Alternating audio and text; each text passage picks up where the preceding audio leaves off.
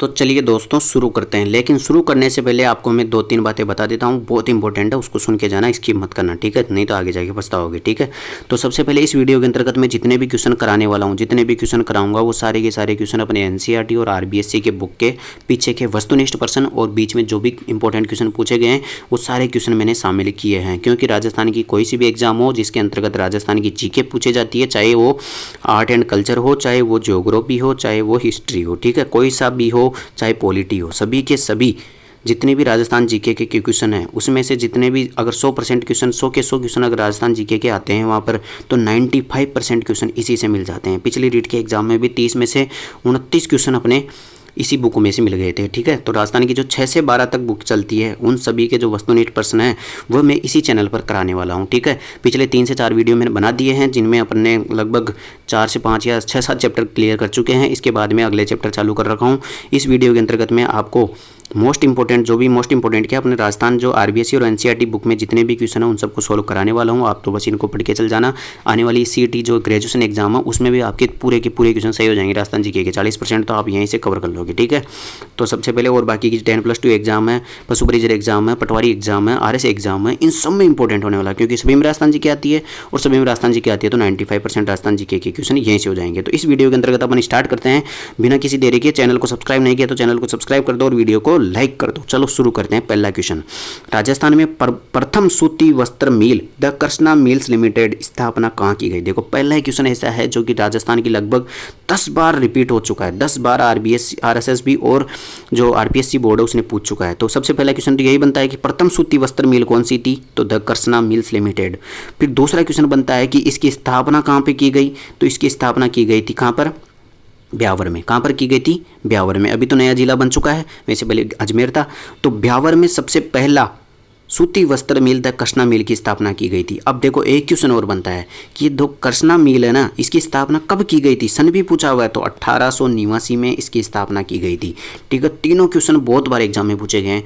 तो राजस्थान की प्रथम सूती वस्त्र मिल द कृष्णा मिल, इसके बाद में इसकी स्थापना कहाँ पर की गई, ब्यावर में की गई। कब की गई, 1889 में की गई। कब की गई, 1889 में की गई, ठीक है। इसके बाद में अगला क्वेश्चन पढ़ते हैं अपन, राजस्थान में प्रथम सूती वस्त्र मिल कृष्णा मिल्स लिमिटेड की स्थापना किस वर्ष की गई। देखो ये आ गया, तो कब की गई थी, 1989 में। सॉरी मैंने 1889 बोल दिया था, 1989 में इसकी स्थापना की गई थी, थोड़ा कंफ्यूज हो जाता है। 1989 में इसकी स्थापना की गई थी। आगे बढ़ते हैं अपन।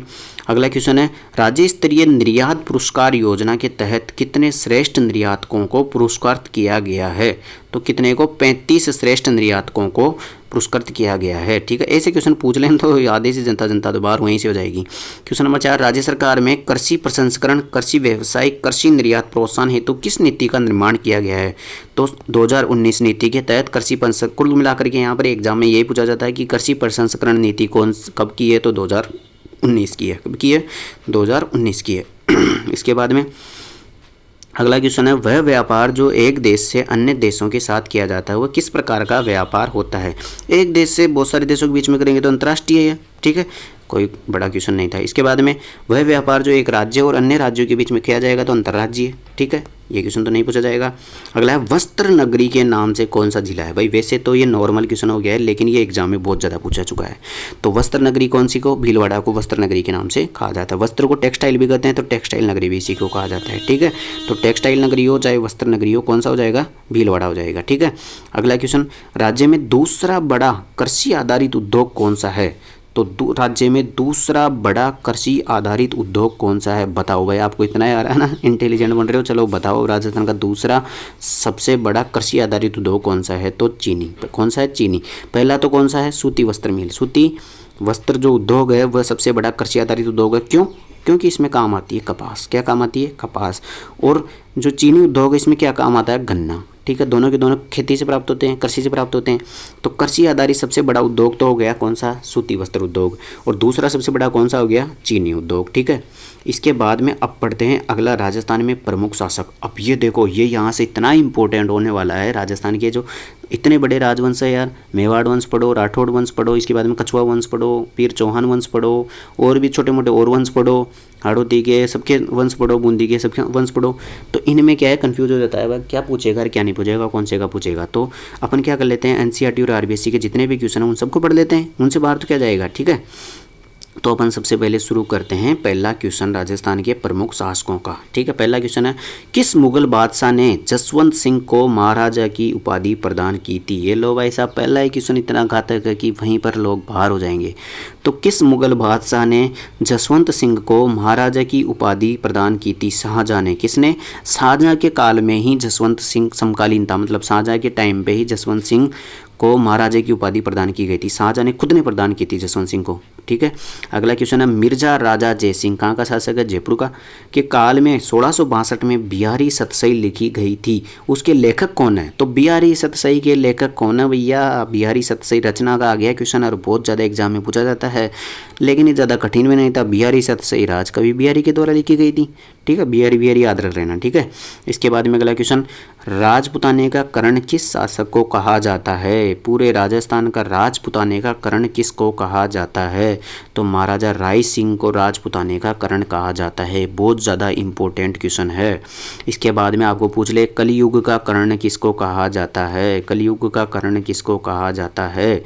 ठीक है, तो कौन से किसको कहा जाता है? अपने जो संत संप्रदाय वाला चैप्टर है वहाँ पे कहा जाता है, उपनाम है किसी संत का। बताओ भाई, कमेंट करके बताओ मुझे जल्दी से, जो बताएगा उसके लिए मान लो कि सिलेक्शन पक्का है। अगला क्वेश्चन, किस शासक का शासनकाल मारवाड़ का शौर्य युग कहा जाता है? किसका? सबसे पहली बात तो मारवाड़ का, यानी मारवाड़ का ऐसा शासक बताओ जिसे मारवाड़ का शौर्य युग कहा जाता है, उसके टाइम को शौर्य युग के नाम से जाना जाता है। ठीक है, ये बहुत अच्छा क्वेश्चन है। ये क्या है, एग्जाम में पूछा नहीं है, लेकिन अगर पूछ लेगा ना तो 90% जनता यहीं से बाहर हो जाएगी, अपनी 90% जनता यहीं से बाहर हो जाएगी। ठीक है, तो कौन सा ऐसा शासक है जिसका जो शासन था वो मारवाड़ का शौर्य युग कहा जाता है? तो मालदेव का शासक। क्यों भाई, राव मालदेव का शासक क्यों?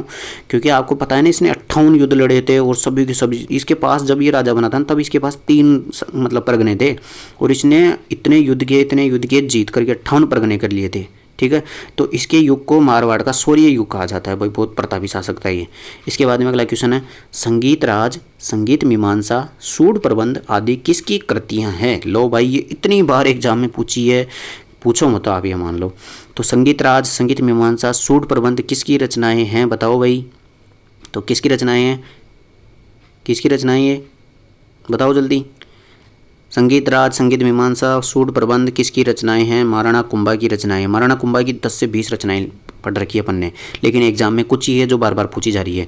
तो संगीत की सारी ऐसे ज़्यादा अगर रिस्क तो मत लेना, लेकिन संगीत की जितनी भी आ जाए ना वो महाराणा कुंभा की होती है। वैसे सारी नहीं होती, लेकिन एग्जाम में जितनी भी संगीत की पूछी गई वो ज़्यादातर महाराणा कुंभा की है। ठीक है, इसके बाद में अगला क्वेश्चन है, प्रसिद्ध ग्रंथ पृथ्वीराज रासो की रचना किस कवि के द्वारा की गई थी? लो भाई, पृथ्वीराज रासो, चंद्रबरदाई। अब तो आपने फिल्म भी देख ली होगी, चंद्रबरदाई थे पृथ्वीराज रासो के रचनाकार।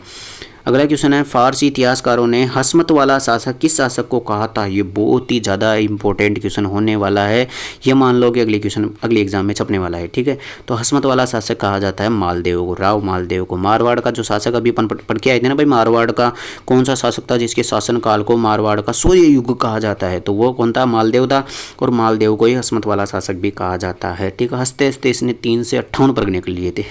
ठीक है, इसके बाद में आगे चलते हैं अपन। पृथ्वीराज चौहान की माता का नाम क्या था? लो भाई, पृथ्वीराज चौहान की माता का नाम बताइए। ठीक है, तो पृथ्वीराज चौहान की माता का नाम बताओ भाई, यहाँ से भी जनता बाहर हो जाएगी, कोई याद ही नहीं करते इस चीज़ को। तो पृथ्वीराज चौहान के युद्ध याद कर लेंगे, पृथ्वीराज चौहान और मोहम्मद गौरी के बीच में लड़ाई हो गई थी गजनवी के बीच में, उन सबको याद कर लेंगे, सारा सब कुछ याद कर लेंगे, लेकिन ये याद नहीं करेंगे। ठीक है, तो पृथ्वीराज चौहान की माता का नाम था कर्पूरी देवी। कर्पूरी देवी संरक्षक भी बनी थी पृथ्वीराज चौहान के, छोटी उम्र में ही राजा बन गए थे, तो राज्याभिषेक के दौरान इनकी संरक्षक भी बनी थी कर्पूरी देवी। ठीक है, और ये भी कहा जाता है कि सबसे जो संरक्षक बनते थे ना पहले राजा महाराजाओं में, तो सबसे अंतिम संरक्षक थी है। ठीक है, कर्पूरी देवी। अगला क्वेश्चन है, महाराणा कुंभा किस वर्ष मेवाड़ के राज सिंहासन पर बैठे थे? भाई अब ये डेट तो किसी को याद होती नहीं है, तो महाराणा कुंभा किस वर्ष मेवाड़ के राज सिंहासन पर बैठे थे? सन 1433 में। कब? 33 में, लेकिन 1433 में। देखो 33 से याद नहीं रखना, उलझा देगा नहीं तो ये। महाराणा कुंभा किस वर्ष मेवाड़ के राज सिंहासन पर बैठे थे? 1433 में। इसके बाद में पढ़ते हैं अपन, गीत गोविंद किसकी कृति है? गीत गोविंद किसने लिखी थी? बताओ भाई जल्दी से, गीत गोविंद किसने लिखी थी? तो जयदेव ने। किसने? जयदेव ने। जयदेव ने। अपन गीत नहीं गाते क्या? जय देव जय देव जय देव, गणेश जी का गीत है, तो गीत गोविंद। गीत गोविंद किसने लिखी थी? जयदेव ने लिखी थी। ठीक है, इसके बाद में अगला क्वेश्चन आता है, 11वां क्वेश्चन है अपने पास। किस शासक द्वारा अचलगढ़ दुर्ग, बसंती दुर्ग, भोमट दुर्ग, मचान दुर्ग आदि दुर्गों का निर्माण करवाया गया था?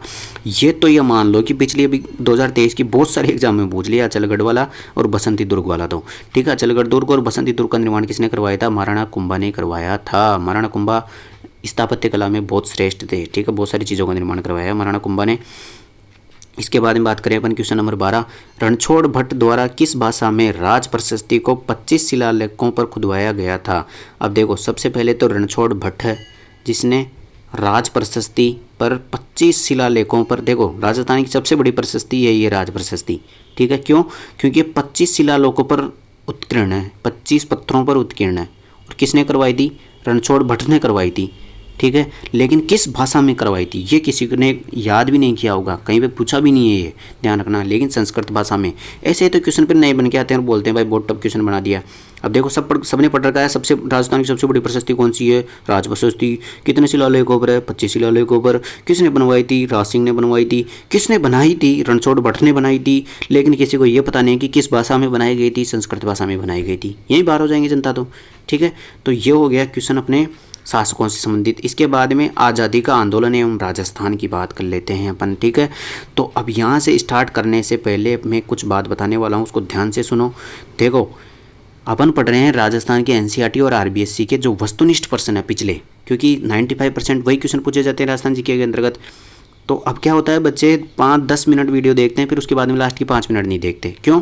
क्योंकि उनको लगता है भाई अपने को सब आता है। लेकिन ऐसा नहीं है, मैं चैप्टर वाइज क्वेश्चन उठा रहा हूँ। सारे के सारे क्वेश्चन आपको सीईटी की ग्रेजुएशन एग्जाम से पहले, सीईटी की जो ग्रेजुएशन की एग्जाम है ना, उससे पहले सारे के सारे क्वेश्चन करा के 6 से 12 तक की एनसीईआरटी की बुक के A to Z क्वेश्चन मैं आपको इस चैनल पर उपलब्ध करवा दूंगा। तो आप तो बस इनके देखते जाओ। और मैं छोटा वीडियो इसलिए बनाता हूँ क्योंकि लोग पूरा वीडियो नहीं देखते हैं, फिर पीछे के जो 5 मिनट के क्वेश्चन जो मैंने करवाए हैं वो छूट जाते हैं उनके। फिर एग्जाम में जब बोलोगे कि मेरे यार मिला ही नहीं वहाँ से तो कुछ भी।